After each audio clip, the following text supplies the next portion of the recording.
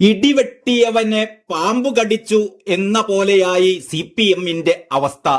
പാനൂരിലെ bomb നിർമ്മാണവുമായി ബന്ധപ്പെട്ട് party പ്രതിരോധത്തിലായതിന് തൊട്ടു പിന്നാലെയാണ് CPM തൃശൂർ ജില്ലാ കമ്മിറ്റിയുടെ ബാങ്ക് അക്കൗണ്ട് ആദായ നികുതി വകുപ്പ് മരവിപ്പിച്ചിരിക്കുന്നത്. ഇന്നലത്തെ റെയ്ഡിന് പിന്നാലെയാണ് CPM-ന് വൻ തിരിച്ചടിയായിക്കൊണ്ട് ഈ നടപടി. അക്കൗണ്ടിൽ 5 കോടി 10 ലക്ഷം രൂപയാണ് ഉണ്ടായിരുന്നത്. ഇതിൽ 1 കോടി രൂപ ഫിക്സഡ് ഡെപ്പോസിറ്റ് ആണ്. 1998 തുടങ്ങിയ അക്കൗണ്ട് വിവരങ്ങൾ CPM ആദായ നികുതി വകുപ്പിന് വെളിപ്പെടുത്തിയിരുന്നില്ല. തൃശൂർ ജില്ലാ കമ്മിറ്റിയുടെ പേരിലുള്ള ബാങ്ക് ഓഫ് ഇന്ത്യയിലെ അക്കൗണ്ടാണ് ആദായ നികുതി വകുപ്പ് മരവിപ്പിച്ചിരിക്കുന്നത്. ഇക്കഴിഞ്ഞ ഏപ്രിൽ 2-ന് 1 കോടി രൂപ ഇതിൽ നിന്ന് പിൻവലിച്ചിരുന്നു. CPM ജില്ലാ സെക്രട്ടറിയാണ് പണം പിൻവലിച്ചത്. ഈ പണം ചെലവഴിക്കരുതെന്ന് ഇൻകം ടാക്സ് നിർദ്ദേശം നൽകിയിരിക്കുകയാണ്. പണത്തിന്റെ സോഴ്സ് അടക്കമുള്ളവ വ്യക്തമാക്കാൻ ഇൻകം ടാക്സ് അധികൃതർ ആവശ്യപ്പെട്ടിട്ടുണ്ട്. ഒന്നും ഒളിപ്പിക്കാനില്ലെന്നാണ് CPM തൃശൂർ ജില്ലാ സെക്രട്ടറി MM വർഗീസ് ഈ വിഷയത്തിൽ പ്രതികരിക്കുന്നത്. ബാങ്ക് ഓഫ് ഇന്ത്യയിൽ പാർട്ടിക്ക് അക്കൗണ്ട് ഉണ്ട്. നിയമം പാലിച്ചു തന്നെയാണ് ബാങ്ക് ഇടപാടുകളെല്ലാം.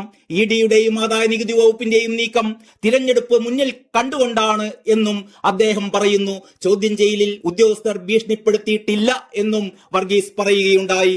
അതേസമയം കരുവന്നൂർ ബാങ്ക് കേസിൽ ED ചോദ്യം ചെയ്ത CPM തൃശൂർ ജില്ലാ സെക്രട്ടറി MM വർഗീസിൽ നിന്നും ആദായ നികുതി വകുപ്പും മൊഴിയെടുത്തു. തൃശൂരിലെ CPM അക്കൗണ്ടുമായി ബന്ധപ്പെട്ട വിവരങ്ങളാണ് ആദായ നികുതി വകുപ്പ് തേടിയത്. കൊച്ചിയിലെ ED ഓഫീസിലെത്തിയാണ് വർഗീസ് മൊഴി രേഖപ്പെടുത്തിയത്. CPM-ന്റെ രഹസ്യ അക്കൗണ്ടുകൾ സംബന്ധിച്ച് ഇന്നലെ ED-യുടെ ചോദ്യം ചെയ്യൽ നടന്നിരുന്നു. ഈ വേളയിലാണ് ED ഓഫീസിലെത്തി ആദായ നികുതി വകുപ്പും വിവരങ്ങൾ ശേഖരിച്ചത്. CPM പണം പിൻവലിച്ചതുമായി ബന്ധപ്പെട്ട് തൃശൂരിലെ 2 ദേശസാൽകൃത ബാങ്കുകളിൽ IT വിഭാഗം ഇന്നലെ പരിശോധന നടത്തിയിരുന്നു. കള്ളപ്പണ കേസിനൊപ്പം പാനൂരിലെ ബോംബ് നിർമ്മാണ കേസിലും അകപ്പെട്ടതോടെ CPM വൻ പ്രതിസന്ധിയിൽ അകപ്പെട്ടിരിക്കുകയാണ്. വടകരയിൽ CPM-ന്റെ കൊലപാതക രാഷ്ട്രീയം സജീവമാക്കാനാണ് UDF-ന്റെ നീക്കം. ഇതിന്റെ ഭാഗമായാണ് പാനൂരിൽ ഷാഫി പറമ്പിലിന്റെ സമാധാന സന്ദേശയാത്ര. ബാങ്കിലിട്ട് പലിശ വാങ്ങിക്കാനല്ലല്ലോ ബോംബ് നിർമ്മിച്ചത്. കയ്യിലിരുന്ന് പൊട്ടിയില്ലായിരുന്നുവെങ്കിൽ ഈ ബോംബ് നിർമ്മാണം ആരെ ലക്ഷ്യം വെച്ചായിരുന്നുവെന്ന് CPM വ്യക്തമാക്കണമെന്ന് ഷാഫി പറമ്പിൽ ആവശ്യപ്പെട്ടു. CPM ആക്രമണത്തിന് കോപ്പുകൂട്ടുകയാണ്. പരിശോധനയ്ക്ക് തിരഞ്ഞെടുപ്പ് കമ്മീഷൻ തയ്യാറാകണം. തിരഞ്ഞെടുപ്പ് കമ്മീഷൻ രേഖാമൂലം പരാതി നൽകിയിട്ടുണ്ട് എന്നും ഷാഫി പറമ്പിൽ പറഞ്ഞു. UDF പര്യടനം നടക്കാനിരിക്കുന്ന സ്ഥലത്താണ് ഈ ബോംബ് സ്ഫോടനം ഉണ്ടായിരിക്കുന്നത്. കരുതലും സ്നേഹവും പോസ്റ്ററിലും ഫ്ലക്സിലും മാത്രം പോരാ, ന്യായീകരിക്കാനാവാത്ത സംഭവമാണ് നടന്നത് എന്നും ഷാഫി പറമ്പിൽ പറഞ്ഞു. ഇതിനിടെ പാനൂർ സ്ഫോടനത്തിലെ അന്വേഷണത്തിൽ മെല്ലെപ്പൊക്കെന്ന് പരാതി ഉയർന്നിട്ടുണ്ട്. നിർമ്മാണത്തിനിടെ ബോംബ് പൊട്ടിത്തെറിച്ച ഒരാൾ കൊല്ലപ്പെട്ട സംഭവമായിരുന്നിട്ടും അന്വേഷണം വ്യാപിപ്പിക്കാൻ പോലീസിന് നിർദ്ദേശം കിട്ടിയിട്ടില്ല. FIR-ൽ 2 പേരുടെ പേരുകൾ മാത്രമാണുള്ളത്.